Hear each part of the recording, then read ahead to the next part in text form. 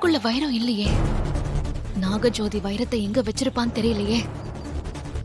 ஏய் நாகஜோதி, எங்க இருக்க? உனக்கு தைரியம் இருந்தா என் முன்னாடி வா.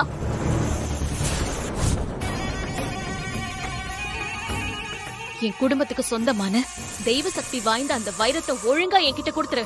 உனக்கு அந்த வைரம் வேணும்னா எனக்கு உன் புருஷன் சூர்யாவோட உயிர் வேணும்.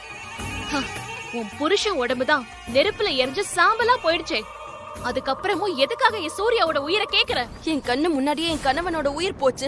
இத்தனை வருஷமா பாதுகாப்பா வச்சிருந்த அவரோட உடலும் எரிஞ்சு சாம்பலா போச்சு. இதுக்கெல்லாம் காரணம் உன் புருஷன் சூர்யா தான். அவன் சாகணும். அவனோட உயிர் எனக்கு வேணும். இத பாரு, அப்பவும் சரி இப்பவும் சரி, நீ சூர்யாவை தப்பாவே நினைச்சிட்டு இருக்க. இத பாரு, என் குடும்பத்துக்கு சொந்தமான அந்த வைரத்தை நீ எங்க வச்சிருக்க? ஒழுங்கா என்கிட்ட கொடுத்துரு. இல்ல நான் உன்னை சும்மா விட மாட்டேன். உனக்கு வைரம் வேணும்னா எனக்கு உன் புருஷன் உயிர் கொடு. நான் வைரத்தை கொடுக்கறேன். இங்க பாரு, நீ வாயில்லா ஜீவன்னு பாக்குறேன். உன்னை கொல்ல கூடாது, அது பாவம்னு நினைக்கிறேன். ஆனா உன்னை கொல்லலாம் எனக்கு ரொம்ப நேரம் ஆகாது. ஒழுங்கா வைரத்தை கொடுத்துரு. முடியாது, நீதான் போலீஸ்காரியாச்சே. முடிஞ்சா தேடி கண்டுபிடிச்சு எடுத்துக்க.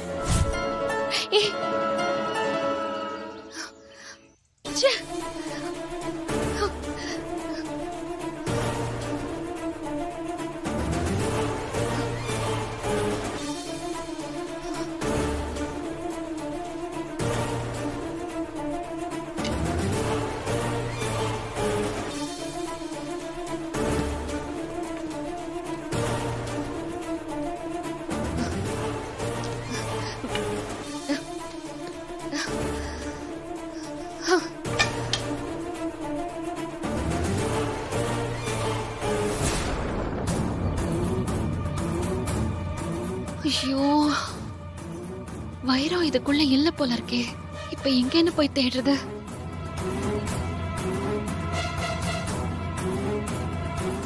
என்ன இது? எங்கேயுமே இல்லையே. அந்த நாகம் எங்கதான் வச்சிருப்பா?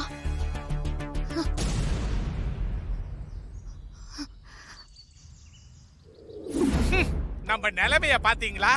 நாமளே டீ போட்டு நாமளே குடிக்க வேண்டியதா இருக்குது. வீட்டுல உங்களுக்கு மரியாதை போச்சு.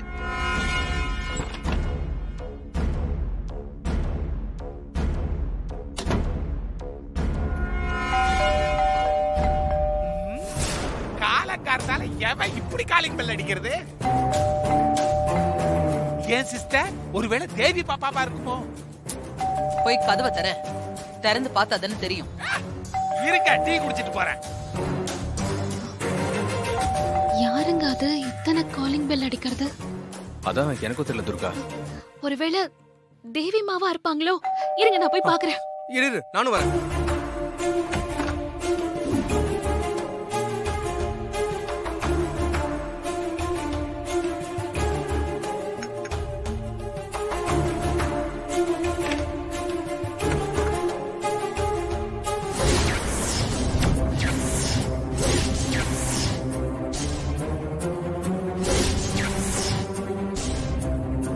வாங்க சார், உள்ள வாங்க. என்ன சார் நீங்க இவ்வளவு தூரம் வந்திருக்கீங்க? மினிஸ்டர் வேற வந்திருக்காரு, கான்ஸ்டபிள்ஸ் எல்லாம் வந்திருக்காங்க. துர்கா, அமைச்சர் ஆரம்பத்திலேயே உன் மேல சந்தேகப்பட்டாரு. அவரோட சன் மர்டர் கேஸ்ல உன்னை இன்வெஸ்டிகேஷன் ஆபீசரா போட வேணாம்னு சொன்னாரு. ஆனா நான் உன் மேல நம்பிக்கை வச்சேன் பாரு, நீ உண்மையா நடந்துக்கலையே.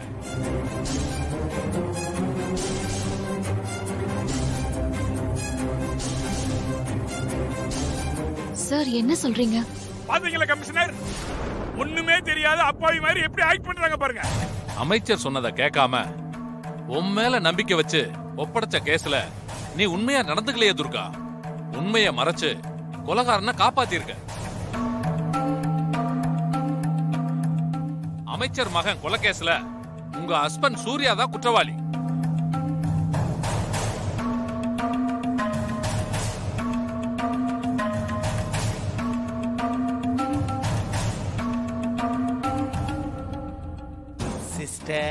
இப்பதான் போலீஸ் சுறுசுறுப்பா வேலை செஞ்சு மாப்பிளைய பிடிக்க வந்திருக்கானுவோம். கொலைகாரன் உன் ஹஸ்பண்ட் தெரிஞ்சும் நீ அவரை கைது பண்ணாம இருந்திருக்க. உண்மை தெரிஞ்சு இப்ப நான் குற்றவாளி அரெஸ்ட் பண்ண போறேன். மாமா,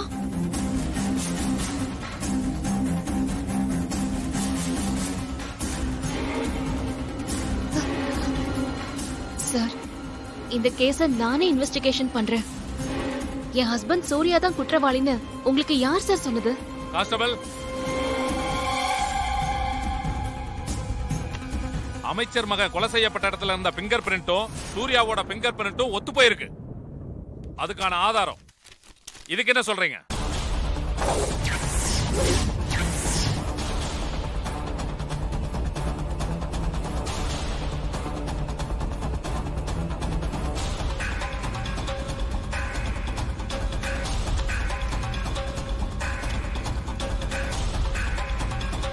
நான் சொல்லும் போதெல்லாம் அப்படி எல்லாம் இருக்காதுன்னு சொன்னீங்கல்ல, இப்பதான் ஆதாரம் இருக்குல்ல, உடனே அரெஸ்ட் பண்ணுங்க சார். கான்ஸ்டபிள், சூர்யாவை அரெஸ்ட் பண்ணுங்க. சார். கான்ஸ்டபிள் ஒரு நிமிஷம் இருங்க சார். அவர் இப்பதான் எந்திரிச்சிருக்காரு சார். ட்ரெஸ் சேஞ்ச் ஆவது பண்ணிட்டு வரட்டும். அதெல்லாம் ஒண்ணும் தேவையில்லை சார். உலகாரனை கோட் சூட் போட்டு தான் கூட்டு போனே, சட்டம் ஒண்ணும் இல்லையே. எப்படி ஜெயில வேற ட்ரெஸ் கொடுக்க தானே போறாங்க. சார் ப்ளீஸ் சார், அவர் ட்ரெஸ் மட்டும் மாத்திட்டு வரட்டும் ப்ளீஸ். நான் வேற ஒன்னும் கேட்கலையே சார். Please sir. சரி, போய் மாத்திட்டு வாங்க. துர்கா,